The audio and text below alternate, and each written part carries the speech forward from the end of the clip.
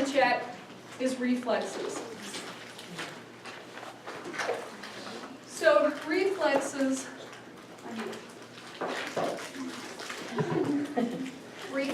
are 2+ is normal. Okay? And that scale you need to use because that's how you will do it. So you're going to check reflexes as part of your neuro exam. Obviously upper motor, they're hyperreflexic. Usually initially they're hypo. Lower motor, they don't have reflexes, or hyporeflexic. So the ones you're going to do are the biceps. Hi. So biceps, you got to get on the bicep tendon. So this is what you do. Try to find the bicep tendon? Not really. So what you want to do is put your thumb in the groove here.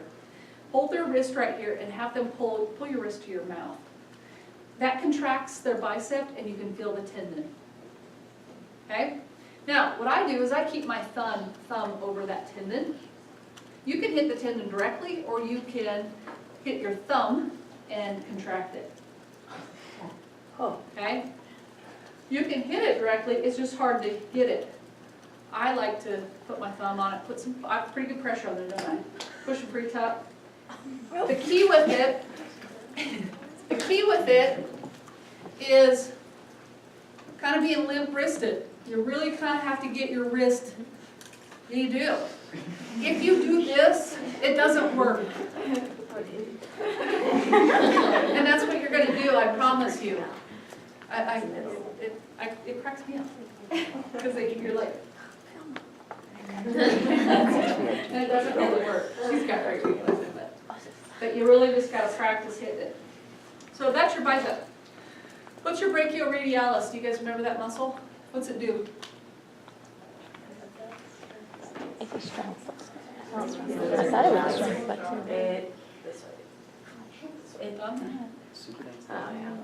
What's it do?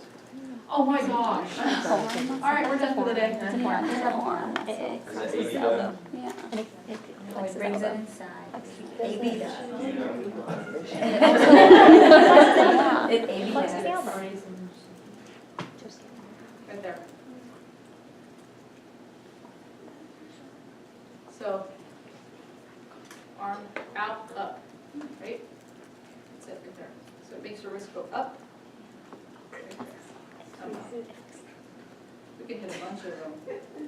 She's got great reflexes. We can hit them all. There's her fingers going out. She's got great reflexes. But that's her brachioradialis right there. Right here. Okay? So you can find it the same way. Just have them contract, and you can feel over that muscle. Here's the muscle contraction, right? Pull your arm. You can feel the muscle contraction, relax, and you can hit it. Some goes up. Tricep. Easiest way to do this, you can hold the arm out like this, have her relax, okay, and okay. Another way is just have you relax your arms right here, okay, and you can hit it, but it's a little more difficult to do that, and you can't see it. I like this way because I can get if they're not relaxed, if the muscles contract, it's really hard to get reflexes. So you gotta get them to relax. She's just. You always check bilaterally, right? How do I know if these are normal? Well, those are equal bilaterally. Patellar, okay? Scoot back just a little bit. And so this is the patella. This is where it goes right there, the patella plateau right there. And people always ask, do you use this side or this side? It doesn't matter. Don't stand in front of the patient, obviously. Don't stand in front of the patient. if, this is sometimes hard because people know this reflex and they'll think about it and they won't relax. So one of the techniques I use is, okay, I want you to put your hands together, okay? I want you to push as hard as you can. And when they do that, it distracts them.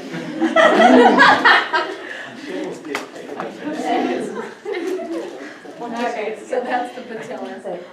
Achilles. Okay, so this is the Achilles tendon back here.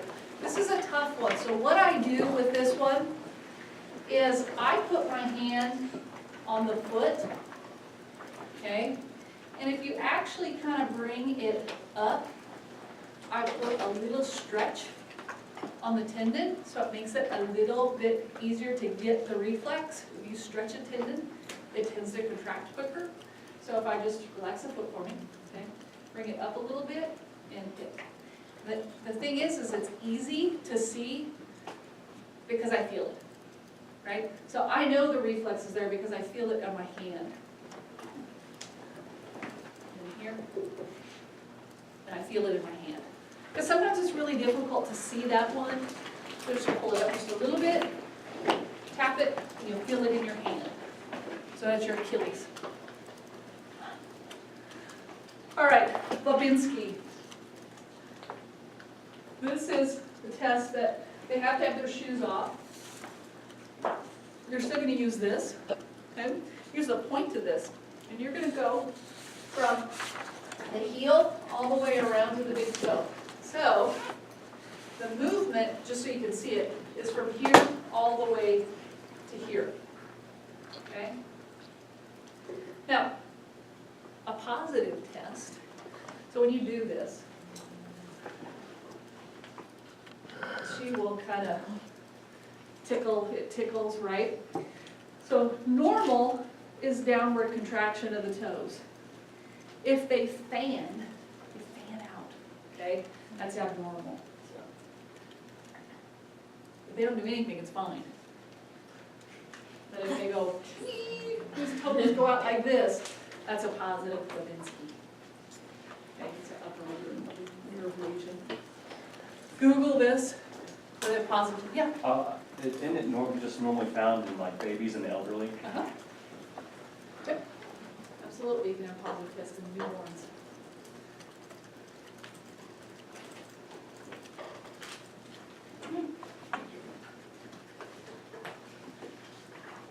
Oh, wait, come back.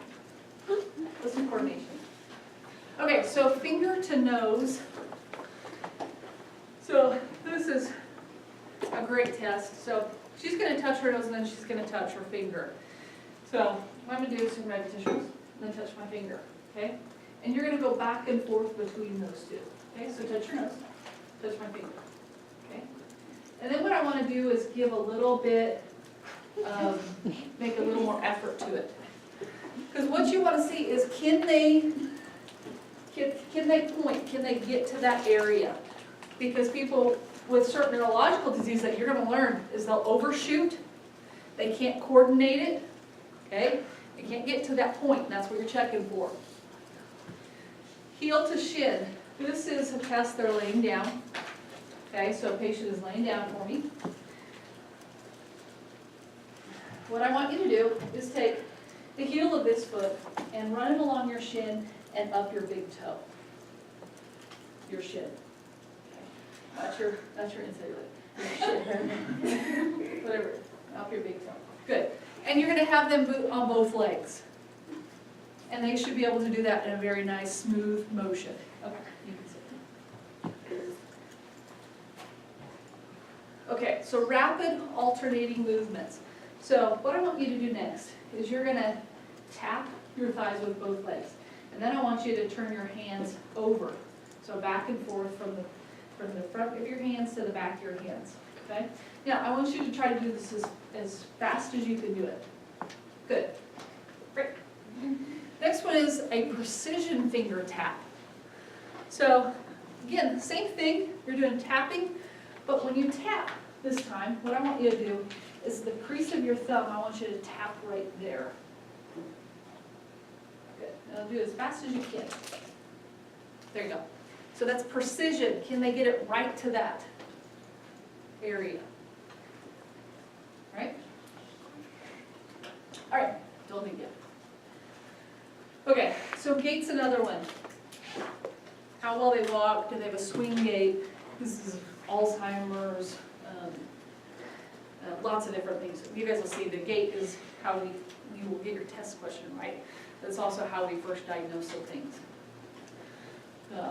Stooped, swing their hips, we have certain nerve damage, a lot of different, there's just tons, okay? So first thing you're gonna do is you should have saw, if you did see your patient walk in and observe it, you're gonna have them just normal walk. So what I'm gonna do is I would just have you walk over to the wall, touch it for me, and then come back. Great. So she heel strikes, she rolls off of her toe, her hips are in line, she walks normally. Next thing I'm gonna have you do is I'm gonna have you walk up on your toes. Just walk over to there and stay up on your toes.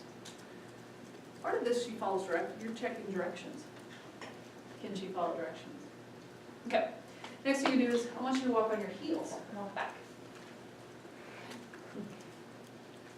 So we're checking, can she balance? Can she coordinate? You're also checking strength, because that takes a lot of different muscle coordination and strength to perform that type of walk. Next thing I'm gonna have you do is do a tandem gait. I never say that to a patient, but you're gonna have heel toe. So I want you to make sure that you put your heel to your toe and like you're walking a line for me. This takes a lot of balance. Very good. All right, next thing we're gonna do is we're gonna do Romberg. And the Romberg test is, what, you guys remember what it takes to balance? It takes three things. Sight is one. The Vestibular apparatus and which part of the brain? Cerebellum? Okay. And if I lose one,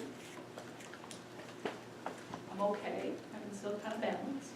If I lose two, I can't balance at all. So what I'm going to do is I'm going to take away one with the Romberg. I'm going to take away their sight. I'm going to see how well they balance. Okay? So what I'm going to have you do is I'm going to have you stand together with your feet, just hands down to your side, and I'm going to have you close your eyes. And you're going to see how well they balance. And she's got great balance. She can still balance without sight. She's intact in the cerebellum and the vestibular apparatus are intact. If you can even see how stable she is by just giving a little bit of extra push. So she's intact, coordination-wise and balance. All right, let's see. Now, I wouldn't do that test. You don't have to do that for the SPs, but a Romberg is truly just having them close their eyes. And if you are worried about this, make sure you are standing by the patient, beside them or behind them, because when their sight goes, they're falling. They will tip over and hit the ground. They are gone. So make sure you're close to them. And you'll be surprised the ones that it will happen to. Okay? All right, let's take the next few minutes here and just go over some of this, and then I will let you guys go. Okay? You guys want the reflex here?